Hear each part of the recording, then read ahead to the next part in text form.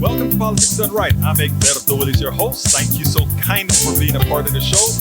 We have a great show for you today, folks. We have a great show for you. We're going to start with an important guest, Greg Palast. Greg Palast will be calling in shortly so that we can discuss exactly what is happening in Atlanta. Greg Palast is the author, producer, whatever of a new documentary called Vigilante, where he's going to discuss all these things that's been occurring in Georgia. Voter suppression, voter annihilation, all these different things we're going to talk about. But the show today is also about debt, interest rates, the Constitution, and us. So, title of the show today is Debt, Interest Rates, the Constitution, and Us. Folks, I want you to first listen to Greg, but while we try to get Greg on the phone, or Greg is supposed to be calling in, let me go ahead and tell him that he can call in now, and because this is going to be an important piece, folks. This is going to be an important piece, folks, because as you know, as it turns out, the Georgia elections, we know things have occurred in Georgia that people think it's all okay. The lines are long. Not only are the lines long, but it seems like they're long in the districts where Warnock should win. But the question is, would it occur? Will it occur? Well, the type of suppression that Greg Palast has come across, it's actually going to cause a big issue. It actually is going to cause a big issue. So anyhow, folks, let's go ahead and get started with the call. How was your weekend? I had a great weekend. I had a whole lot occurring.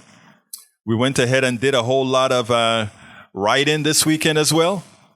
You know, on my way to KPFT today, and by the way, I'm waiting for Greg to call in. So before I get into the subject, I want to go ahead and tell you guys a little quick story. As you guys know, I'm from Panama, Central America. And I've been to Fiesta before, but hadn't been in about 3 years or so. So I'm driving into KPFT, and I see the Fiesta sign, and I said, you know, I needed some coconut milk, a staple that we use quite often in Panama. And I said, let me go ahead and stop at the store. Walked into Fiesta, and the feeling, the smells, and everything. I was back home. It was great getting the coconut milk. It was great getting the duromante. It was great getting all these little pieces. Folks, I had a ball. I called my daughter from the store and I said, I forgot all this stuff was here. I forgot all of this stuff was here. But anyhow, so I went in there, bought a whole lot of stuff. I had some cold stuff to buy as well, but I couldn't do it. Why couldn't I do it? Because I forgot to take in something to keep it cold. Anyhow, as we wait for, let's see if I can, as we wait for him, I just sent him a text. And as soon as he comes on, we'll be ready to go. We are waiting. Greg. We are waiting. Anyhow, I may have to go to the second subject first, and then when he calls in, we talk about it. Okay, so the title of the show today is Debt, Interest Rates, the Constitution, and Us. Greg Palast on Georgia race, voter suppression. I woke up this morning with interest rates on my mind. You know, all of us have maybe a few credit card bills, maybe a few student loan bills, maybe a few, what do they call it? Home improvement loan bills, etc. And with the Feds starting to raise rates at 0.7% rates almost every month or so, these bills that you were used to skyrocketed to a very high rate. Over this weekend, you know, the first Saturday of every month, I run a Zoom called Ask Egberto Anything. So all those who are listeners to Politics Done Right, they would go ahead and they'll Zoom us. We'll talk for 1 hour. And I have a whole lot of people that come into the program, come into the show, and we get good discussions. This week was disheartening because it turns out, and folks, I just put the chat up. So if you guys put anything in the chat, I forgot to get the chat started at the right time. So if you put something, I would have missed it. So go ahead and put it in again into the chat. So we had a caller in from, or rather one of our listeners who's in Barcelona, Spain. She came on and she started to say, the same thing that's happening in America right now is happening here in Barcelona, Spain. What's happening? They are raising the rates, and because most people or a lot of people don't have fixed rate mortgages, what it turns out to be is a huge burden on them as these interest rates go up 0.75% or 75% as they go on. It's ridiculous. It's blasphemous what's going on. Well, not blasphemous is the wrong word. But anyhow, so she complained about what's happening to her family with all these rates going on. Anyhow, we went ahead and we had the discussion on interest rates and talking about how this is affecting everybody. And then I got into thinking about it. Like I said, I woke up with it on my mind. Why is it affecting us? Why are we paying the price? So I said, I woke up this morning with interest rates on my mind, and it is concerning how one can intertwine these issues into the reality few have been conditioned to see. In the schools in Panama and several worldwide, we learned Panamanian history. We learned the United States history. We learned world history. There was no choice. We had to learn all of that. Something that I've noticed for some time isn't done here in the United States. To this day, I remember memorizing the 9 provinces of Panama, now 10, the capitals of every country, and the 50 states of the United States, among many other international subjects. As I spoke to Steve here, who has a U-Talk show, I told him, it was funny because when I took my naturalization test to become a United States citizen, it was interesting because I didn't have to read all the material that they gave you that says you need to read this, because we were already abreast of the entire history of the United States. I still remember that I learned of the greatness of the United States Constitution. Again, even in Panama, where there was a sovereignty issue with the United States over the Canal Zone, we learned that. We learned about the Constitution. We learned about all these issues. And by the way, I forgot to give you the number. 713-526-5738. I'm taking calls, and in fact, I'm taking calls right now. 713-526-5738. Please hit the number 2 to get in. 713-526-5738. As I said now, again, even in Panama, where there was a sovereignty issue with the United States over the Canal Zone, we learned of the greatness of the Constitution. We learned of all these things, right? I joined the board of Move to Amend, an organization committed to ensuring that money is not defined as speech and that corporations are no longer treated as people. Many people don't realize that. You are a human being with a social security number, but corporations have a unique number as well that defines them. They are an entity like a human being that pays taxes. They're an entity like a human being that can do a whole lot of things. We've defined corporations as entities, as humans, if you will.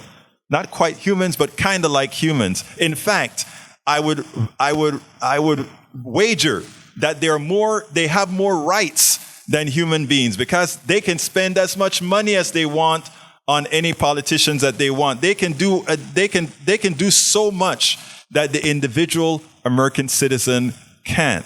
And in so doing, gives them so much more power. A lot of people don't realize that. You have a social security number, a corporation has an EIN number, corporations have all these other things that makes them a unique entity in the law of our land, in our Constitution, etc. Even though the Constitution doesn't specifically talk about corporations being people. But it happens. All right? It happens.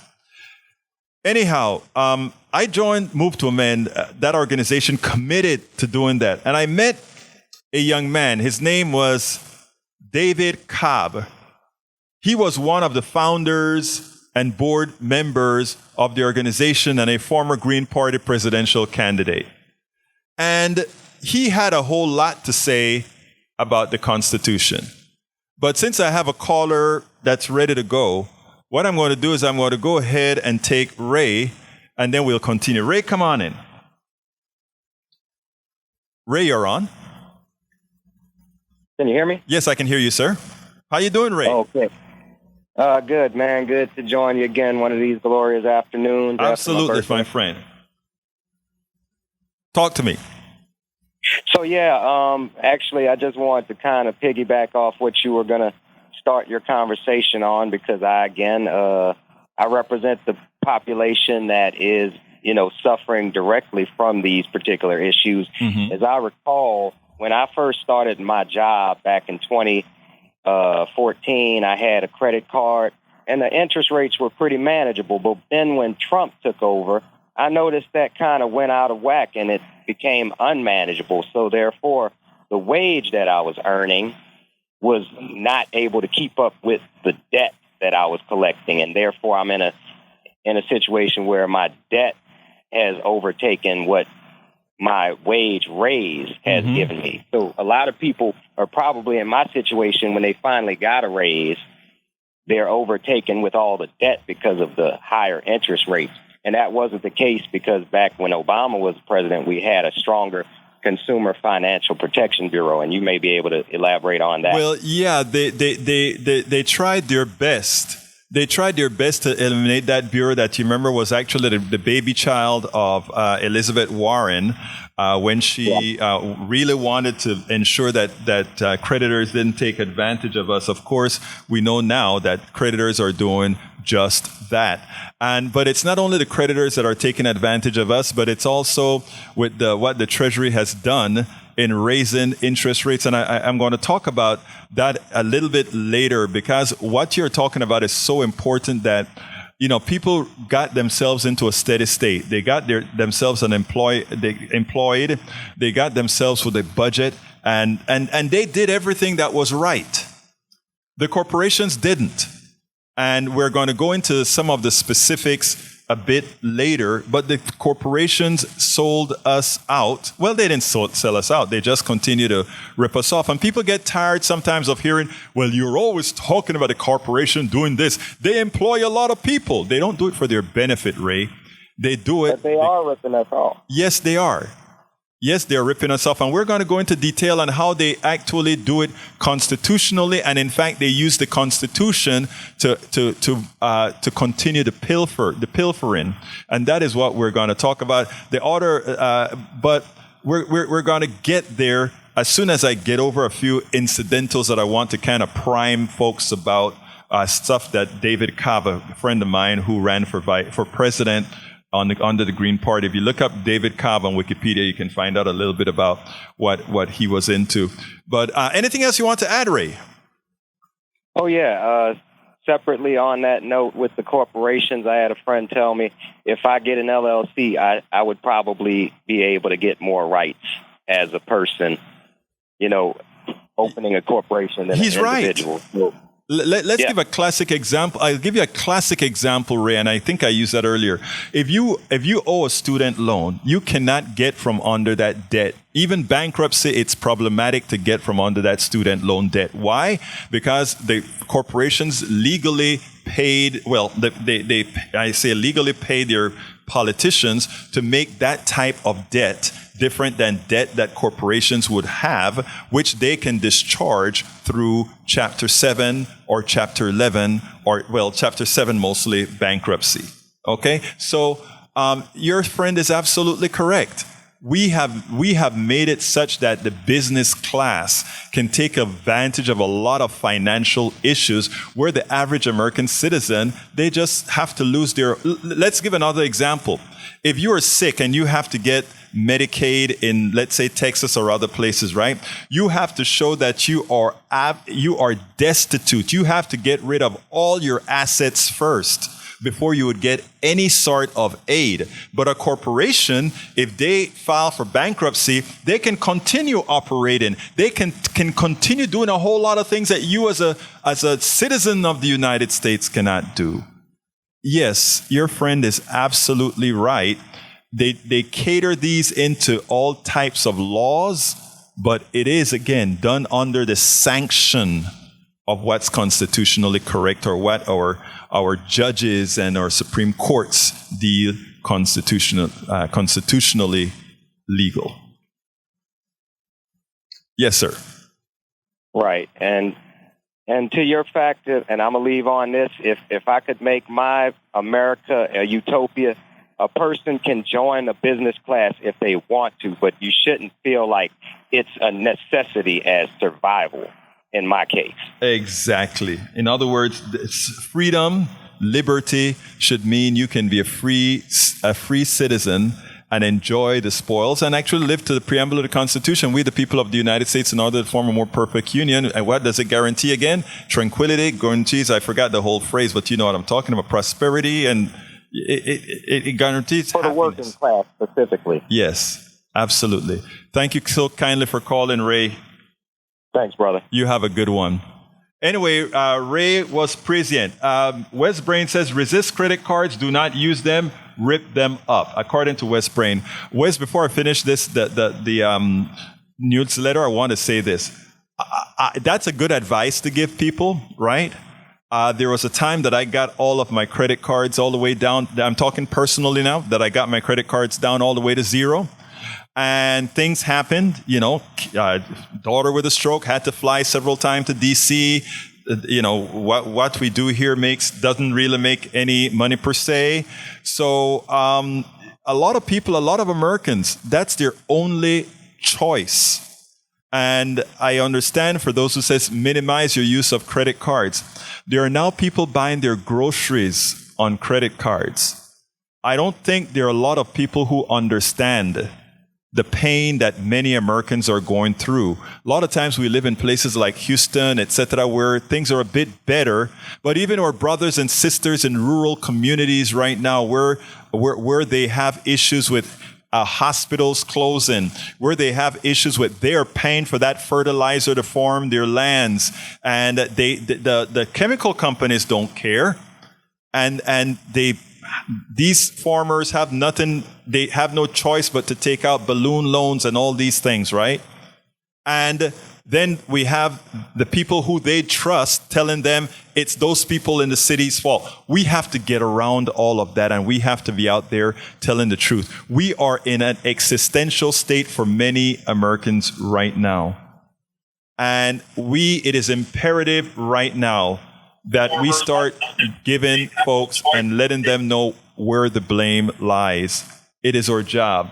West Brain says a cookie jar savings is an alternative and a way to beat the corporate credit cards. Hard? Yes. Impossible? No. You're absolutely right, Mr. Brain. But again, like I said, there are some people who have no recourse at this point in time where the credit cards were the only option at that particular time. So a little bit of grace for those who are going through that scenario right now. Eric Hayes says, just don't get robbed. We try our best not to get robbed.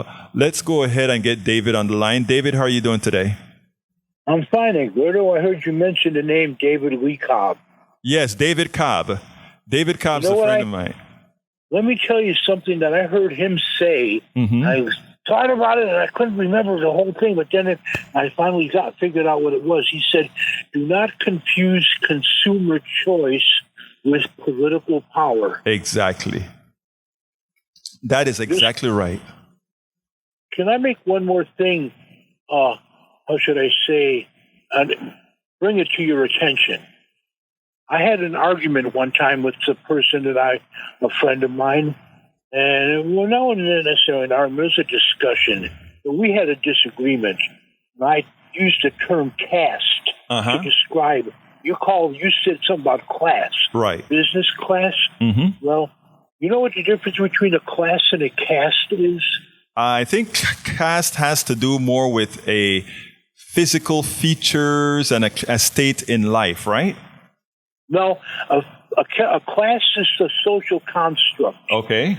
Where let's say, like in lower middle, and upper classes. Okay. And one of the features about a class is that you might be able to elevate yourself from one class to another. Yes. Whereas a caste is established by law. Oh, got you. Slavery is a caste. It was established by law. If you're a slave, you couldn't unslave yourself. Right. This is the thing. It's like in India. If you are in India and you're a Dalit, you can't become a Brahmin. You're born into a caste, and you can't unborn yourself. You can't be, I know there's this thing in the Bible where Jesus said, in order, if you want to enter the kingdom of God, you must be born again. Well, we don't have that luxury here. So I am glad you said that, Stuart, David, because there's one part that I want to add to that, right?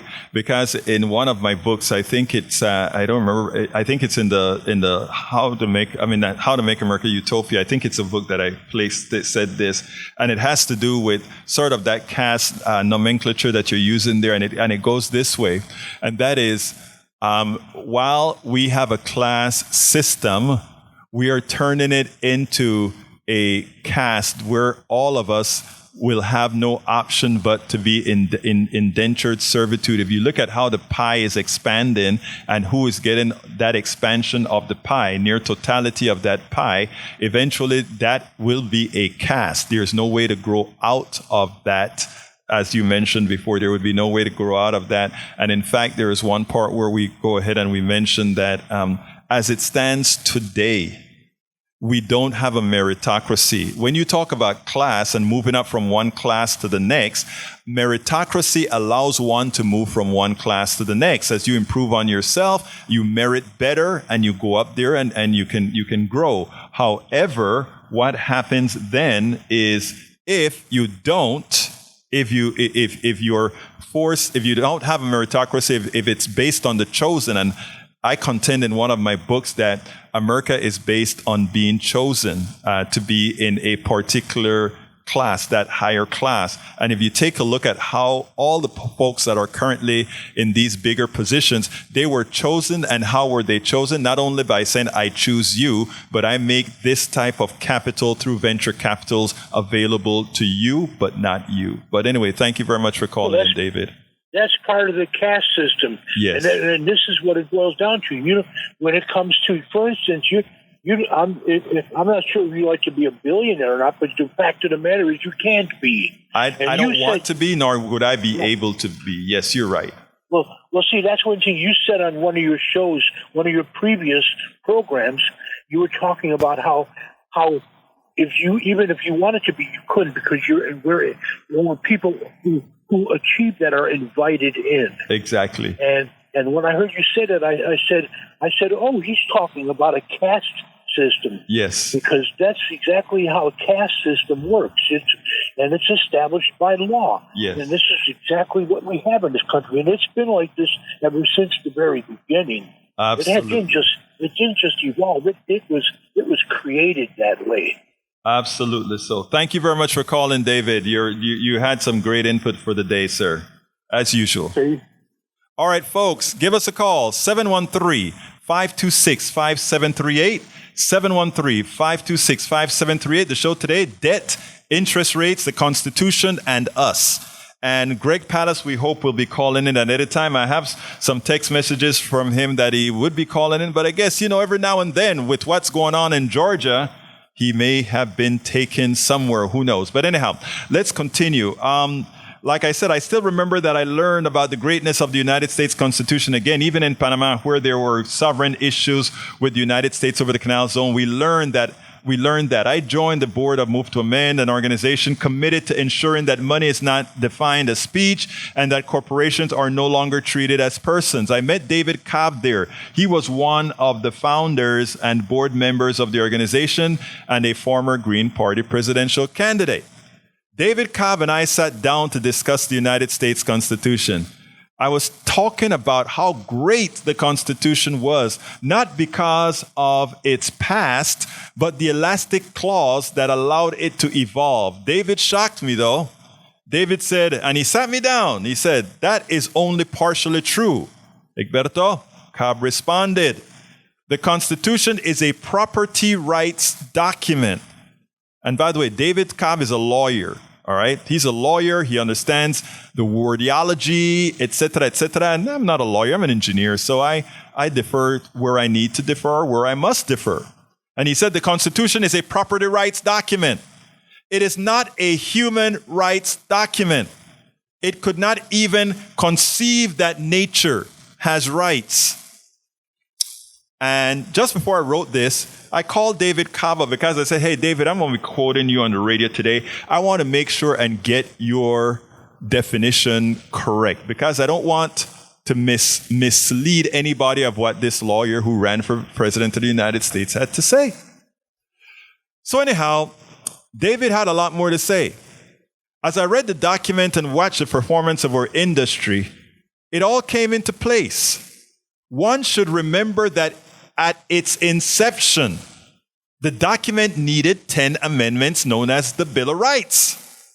If this document in its purity was all that, right? Would you have needed a Bill of Rights to specifically say, hey, human beings, human persons, you have the right to free speech, you have the right to assemble, you have the right for all these things? No, none of that was in the document. It had to be placed in the document to say, we are going to give people some sort of inalienable individual rights. But it still had issues, right? It still had issues. It also required modification to give more than 3/5 humanhood to some of its population deemed less than enslaved. Again, I knew all of this, but somehow the indoctrination works. The belief that we don't have to do anything else. All is perfect. All is great. This is just how things work. And that is the stupor that most of us are in. All of us, the vast majority of us. We just think that the lives that we're living today and the laws that were formed in the 1789 at the inception of the Constitution, that somehow that has relevance today, that somehow that is right. That is just how things are supposed to be. And I'm here to say, brothers, sisters, Republicans, Democrats, anarchists, not anarchists, conservatives, liberals, progressives, and everybody else. Things do not have to be the way they are today. We have the option. We still have, and notice I say we still have the right to vote. And some of that is what I would hope Brother Palast would be talking about whenever he gets a chance to call in. But again, we have the right to vote still. And while we have it, we better use it. Few will initially fail to see that the Constitution has to do with what the Constitution has to do with our debt, interest rates, the plight of the poor and the middle class, and more. But here are a couple teasers. President Biden signed an executive order to forgive the debt of poor and middle class citizens, an action often afforded corporations in some form or the other. Then corporations used to get something known as a depletion allowance. Here's a funny thing. I want you guys to understand this. An oil company will drill a hole. They will drill a hole, pull petrocarbons out of the ground on public lands that they didn't put there, that the supreme being, whatever you believe in, put that oil there. They will drill and take oil out of there. They would profit from taking that oil out of there big time. If you're on public lands, they may give a little bit of a stipend or whatever to the government, but they'll take it right back. How? There was something known as the depletion allowance.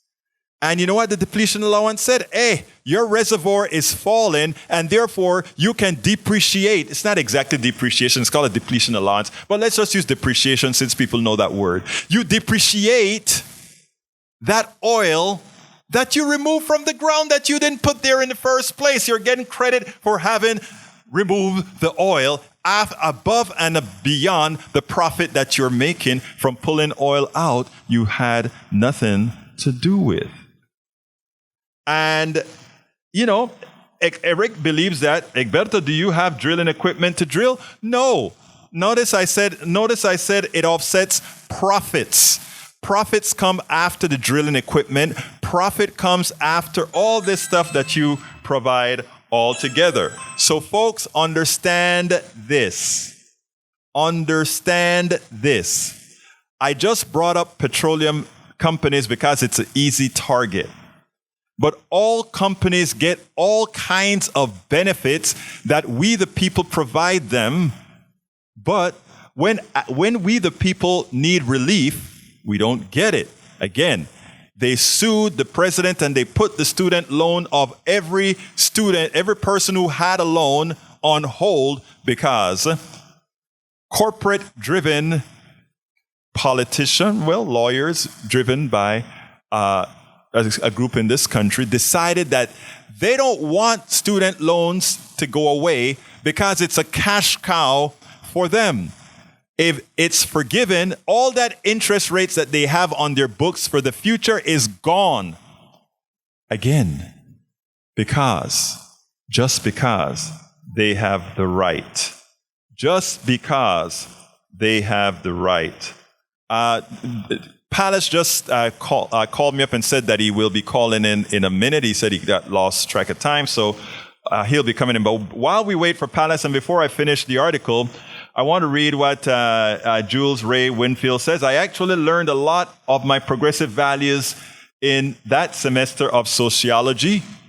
And he said, in sociology, I kind of, my eyes went different. Sociology class in high school, which changed my whole perspective of class warfare in the United States. It was based on the social construct of India. Doesn't surprise me. I want to welcome all our people in the chat right now. Wes Brain, Eric Hayes.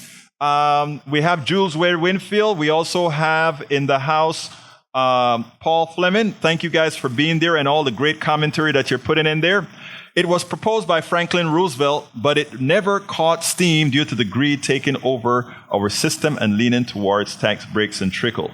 A lot of people, if we were to get rid of the Constitution, what are we replace it with? But I know a great example, and it could start with the second Bill of Rights, as outlined in Michael Moore's film. That would be The Last Guarantee. He said he'll call in 11 minutes. All right. So anyhow, so as we're saying, the second Bill of Rights was actually, Michael Moore talks about it, but it was actually written quite a few years ago, decades ago, by Franklin D. Roosevelt. And I challenge you to go to my website, egbertowillis.com, and search for Second Bill of Rights, because I wrote an article on Franklin Roosevelt's Second Bill of Rights. And if we were just to live up to that, Americans would be doing great. We have here from El Señor, let's see, Tori says, feudalism is a transfer of wealth, a type of socialism for the rich. What the U.S. is. Wow. Prescient. Elaborate on that real quickly before that other call comes in, my friend. I'd love to hear that. Well, socialism is all about transfer of wealth. We think of it as being transfer of wealth from the rich to the poor, but it can go both ways. And that's basically the scheme of the U.S. It's a modern update on feudalism, but without a king, where the business class takes over from the king. So, it's all about the wealthy folks, from the very beginning, from the Constitution days. Yeah. Well, I mean, it is a shame, right? Because Americans have been fooled into believing that we have a meritocracy. And and as David pointed out, there are several shows that I do where I try to tell Americans that what we are is not a meritocracy, but a class system where you're invited. People, I'm not talking about the guy who owns a pizza shop or the guy who owns a Domino's or the guy who owns one of these, their private. I mean, that is, in the scheme of wealth in this country, that's chump change. The mega wealthy you don't know about. They just exist and they finance everything that you see. Think about that. I watched an interesting piece on TikTok and TikTok has a lot of folks who decided that they want to do some of what we're doing here, Tori, and that is they've said we want to make a difference in our society. We want to inform people and not just have them informed on what the mass media wants you to know. And there was this interview or this question that this woman asked. I don't remember the panelists, and they said, "How comes the United States can owe so much money? We are supposed to be a debtor. We owe a lot of money. We borrow a lot." Nowhere close to what the different countries in Africa borrow. But the countries in Africa, they suffer through the International Monetary Fund in paying back these loans in American dollars, while America never have to suffer for having loans in American dollars. Why? Because they have a sovereign currency. So they never have to, the person said, America never has to pay its debt back. But African companies, Asian companies, Latin American countries will have to pay their debts back. And they often pay those debts back in their patrimony because the collateral is their coal fields and their forests and their water rights. And that's what they have to give up when they can't pay back their debts. And so it's almost it's a neoliberal scheme. I mean, it's a conspiracy in order to, extract natural resources. Nothing new about that. That's the last 500 years of history. But now they do it with contracts instead of gunboats. Right. Exactly right. It's a shame. Eric, you and I really have to go ahead and drink some coffee together. Quit teaching victimology. I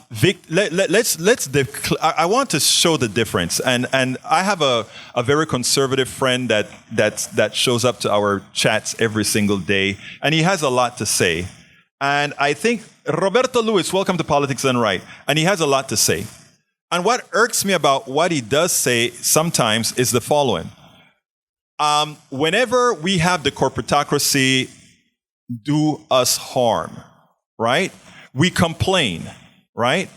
And the response that many would like to capture that complaint in, the bubble they would like to capture that complaint in for having been wronged, is to say you're making yourself a victim, which is not what I am doing here. I am trying to tell folks, use your vote, use your power to dismantle those who are doing you harm. It's not about victimology. It's about showing or illustrating to folks not to be victims. Let's get that right, Mr. Hayes. We don't want folks to be victims. We don't want folks to believe they must live with 0.75% interest rates increasing every single month. We don't want people to believe that they are obliged to have mortgages that must go through the roof because of a constitution that allows the corporation better access to the system. We don't want those things, and we're telling folks, how can you prevent these things from happening? That's not victimhood. That's making sure we all remember we are all already empowered, Mr. Hayes. So with all due respect, we are not trying to promote victimhood. We're promoting liberation from being a victim. If you understand, if you get my drift. Bridge MCP is also in the house. Welcome, Bridge. She says, Egberto Willis, didn't Trump just say he wanted to get rid of the Constitution, except maybe the Fifth Amendment? Yes, he did. Part of being victim is results of policy decisions. Yes, exactly. And what we're trying to tell them is how to get away from that. Melissa Noble says, Melissa is a great supporter of KPFT as well. She says, I have built-in materials for house repairs and food costs and the constantly escalating property taxes on my mind. Good thing I eat simply and live a frugal and repurposed lifestyle. However, it surely makes it hard to donate in the variety. Let me tell you something. Believe it or not, all of that is what it's all about. Let me give an example, and then I'll go back clearly to finish our essay of the day. Remember, a lot of people mention that the Biden stimulus created inflation. Biden gave several, I guess, couple $1,000s to every American citizen, right? And they want to say created inflation. And I've denied it over and over again because I didn't want to define inflation the way most people would define inflation. I didn't want to define inflation as corporate ripoff or corporate, what they call abuses of pricing. I didn't want to do that off the hand. But the persons who would say that increase in monies that were given to people are in fact inflationary, I'm saying they're partially right. They're partially right. Because many corporations are the leaders, the executives in many corporations are inherently evil, the monies given to the citizenry by the Biden administration could have caused a part of inflation, as indicated by Representative Katie Porter. About 40% or so of inflation is because people had, not 40%, actually it's less than that, because some of it is a supply chain, but people had extra cash in their pockets. So when an oil company saw that you had extra dollars in your pocket, even though they did not have a shortage of oil, a shortage of gasoline, they said, well, if we raise our prices, because Biden has more money in those people's pockets, they will still buy our product. They will complain, but they will still buy it because they have the money to buy it. So as Melissa Noble says, instead of her excess few dollars that's in her pocket now, she got breathing room. She can now give to the Red Cross. She can now give to the Heart Association. She can now give to the KPFTs of the world, public broadcasting, etc. She would have the wherewithal to do that. But now, the oil corporations know they sell a commodity that people must have, gasoline. So they say, we don't have a gasoline shortage, but people have money. Okay, instead of giving your money to the Heart Foundation, we'll just take that money away from you. Raise the prices of gasoline. Nowhere in America was there a shortage of gasoline, but they raised those prices, my brothers and my sisters. They raised it. They weren't going to allow you to save that money. They weren't going to allow you to invest that money. They weren't going to allow you to do anything with that money other than taking it away. And people say, oh, come on, they don't think like that. Of course they think like that. Listen to their board meetings. They said that this inflation has been the best thing that happened to them. There are executives on calls recorded that have said, this inflation is good for us. And you know why it's good for them? Their cost has not changed. The cost of the corporation has not changed. As I mentioned several times, the price of oil really went down because there was an oversupply. There was a glut of oil on the market, and it's playing out right now, as you can see. But they knew that you had money, and they took it. And then to have a few conservatives in my room, conservatives in my chat room right now that I love dearly, defending these people that are ripping them off dry, shows you the indoctrination, the psychological impairment that these people have applied to the American psyche. Brothers and sisters, hear our words. These are all verifiable and quantifiable. Please hear our words. 713-526-5738. Again, that number is 713-526-5738. You can hit the number 2. We are taking calls. So far, we've had 2, David and Ray. But feel free to give us a call. I'd love to hear your thoughts on what I just said. I'd love to hear, Are you ready to unindoctrinate yourself? Are you ready to take command of your own life? Continuing with my essay. Few will initially fail to see that the Constitution what the Constitution has to do with our debt, interest rates, and the plight of the poor. Well, they are using that to deny El Señor Biden the ability to forgive those loans. Right? That's one item. Second one, the corporations are responsible for the supply chain problems, shipping our jobs overseas, and price gouging, all causing inflation. And we, the American people, are responsible for carrying the burden of cleaning up their mess by paying higher prices and paying interest rates that are higher. But wait a minute. You're putting on our backs the mistakes that these guys have made and allowed them to continue doing so from a legal perspective.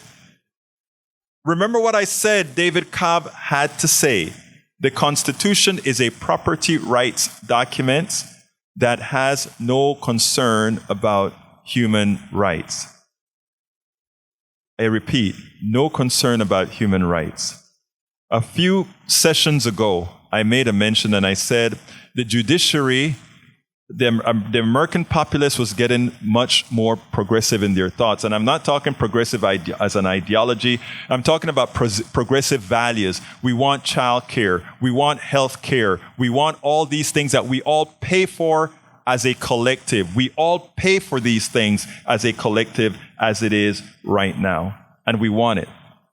We want it. We don't want the excess profits going for insurance companies that are charging in excess of 30%. I know you want to say 18% is the max they can charge. Through the back door, 30%. We don't want that anymore. We want everybody to get a card and be able to humanely get health care. If you're sick, you don't have to worry that you're going to lose everything that you've worked for all of your life. Imagine getting a heart bypass costs you over $100,000. Some people don't even have $10,000 sitting back in the bank. They have to mortgage their homes for that. And why? Because we allow that. That's the reason why. So what I must tell you folks is, let's get busy. And we're not victims. We are not victims. We are in control. All right, Greg Palast, how are you doing, my brother? Well, it's going to sound not. It could be better. It could be better. I know you're working your, what off out there in Georgia, trying to make sure that election goes the right way, right? Well, I can't do much about that, but I can report on it. It's a three-way race here. Wait, hold on a second, Greg. Hold on. I need to bring you in appropriately. Okay. Welcome, folks. Greg Palast is an investigative journalist. He's out there in Houston, in Atlanta, Georgia right now, reporting on the race between Warnock and Walker. He's reporting about the voter suppression that's occurring, and he also has a new documentary out called, and I've got it right in front of me, called what again? Vigilante, Georgia's vote suppression hitman. And I should say, by the way, very important, write this down, pull out your pencils, markers, or whatever you use to, or your cells, and put this in. Vigilantemovie.com, vigilantemovie.com. A Texan named Jamie Foxx has paid for it to be available free online for the next 2 days. So it's vigilantemovie.com. And actually, it was interesting because Jamie Foxx, when he saw the vote suppression, the story of vote suppression and racism in the film, right, he said, "That's my story from Texas." There you go. So if you want to see a Texas story, even though it's labeled Georgia, go to vigilantemovie.com. He's bought you the ticket. You have to bring your own popcorn. It's only about an hour long. It's a short-ish doc. Well, but it tells you what the heck is going on here, and it ain't democracy. You know, I haven't had the time to watch it here, Greg, but I heard you on. You can do it free now. Hey, you got it. There you go. I heard you this morning on Tom Hartman, and then I said I better call you up because we need to get this information out today. Anyway, tell me what's going on in Atlanta. Okay, what's going on in Atlanta and all over this state is that the Republican legislature and the Republican governor, Brian Kemp, do not trust the voters to make the right decision. So instead of democracy, they have, 2 years ago, Reverend Warnock won the Senate seat special election, which is why he's running again now in only 2 years.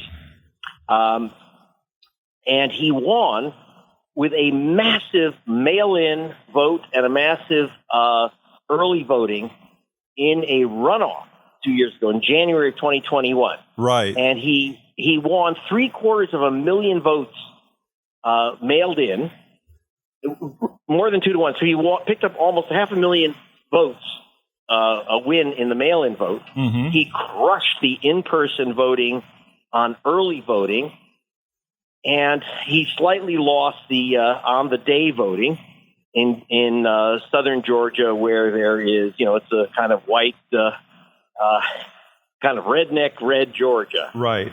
And but they were shocked because he and John Ossoff, the other Democrat running, swept Georgia. So you had Biden win, you had and 2 Democrats win the Senate. Not only 2 Democrats, but 2 very progressive Democrats, an African American and a Jewish American win. Right. This shocked the GOP in Georgia, and frankly, it shocked the Democratic Party because they had nothing to do with it. It's the voters and the voting rights organizations. So what's going on now? And I'll give you the short on it, which is that because Warnock won the mail-in vote, crushed the mail-in vote, mm-hmm. and that's how he got into office, they basically outlawed the mail-in vote. They virtually outlawed early voting. So last year, they had 60 days for the runoff. There were 17 days of early voting. So basically almost 3 weeks of early voting. This time they crushed it to 5 days. Voting rights groups went in and won a couple more days. So now it's, in some counties it's 7. But they basically went from 17 days to 7 days of early voting. So that means, by the way, you want to vote early.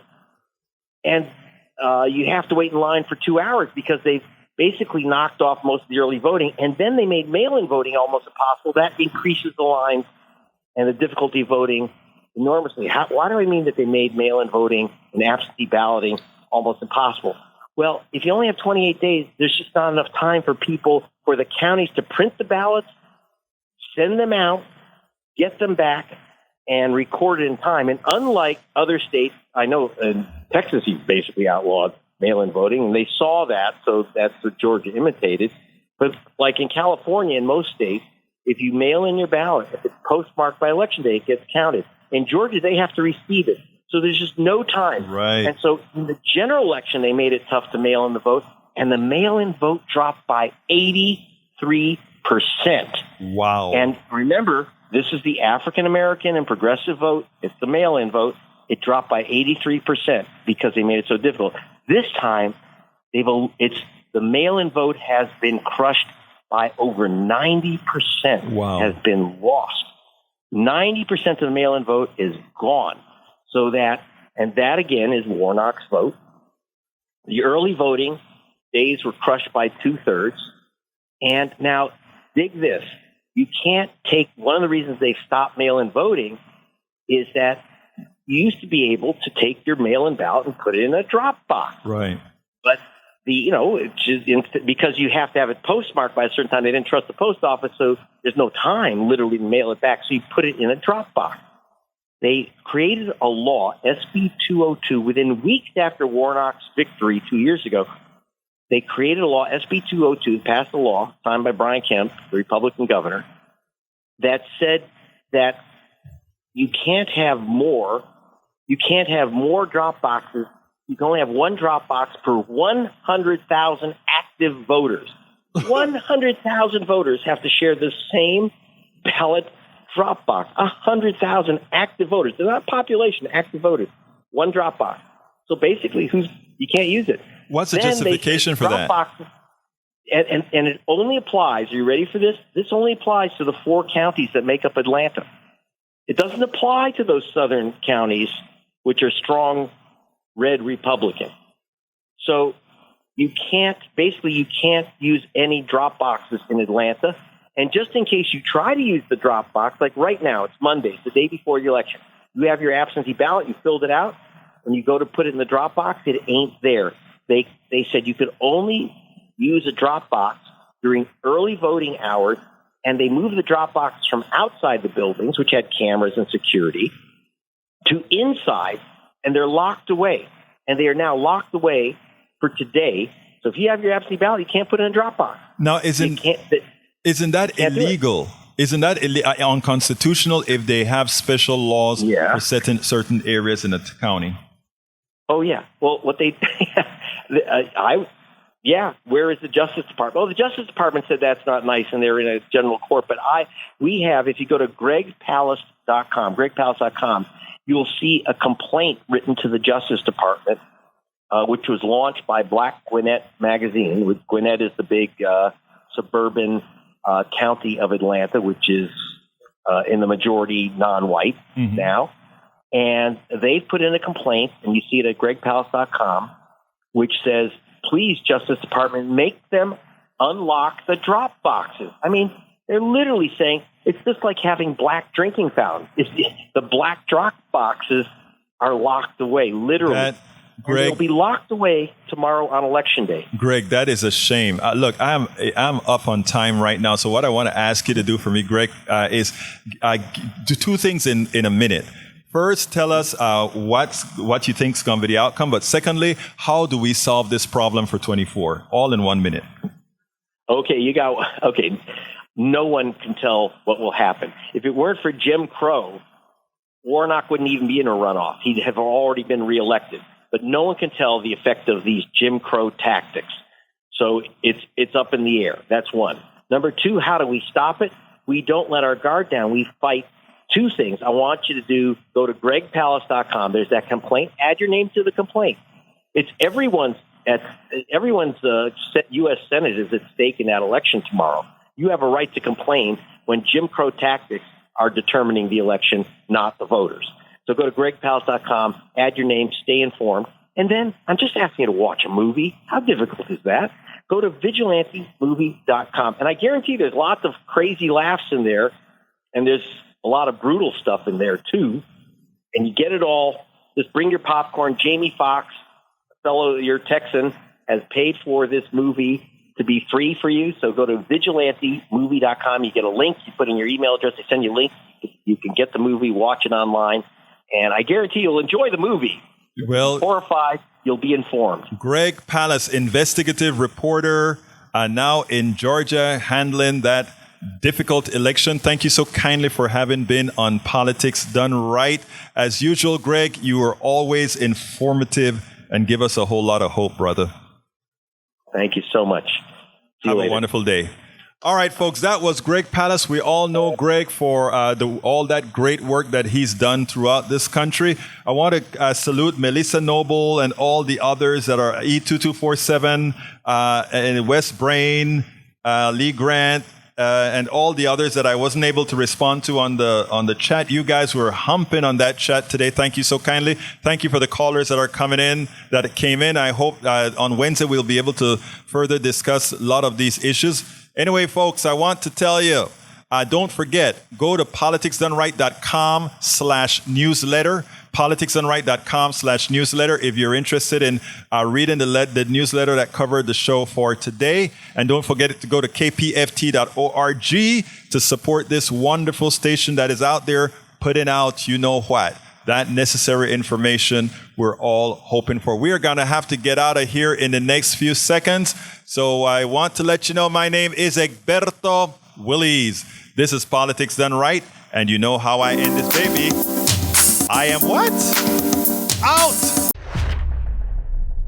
spend a lot of time deconstructing the news, trying to parse it into a form that everybody can understand. We try to find those little nitpicks where it flies above the fray, etc.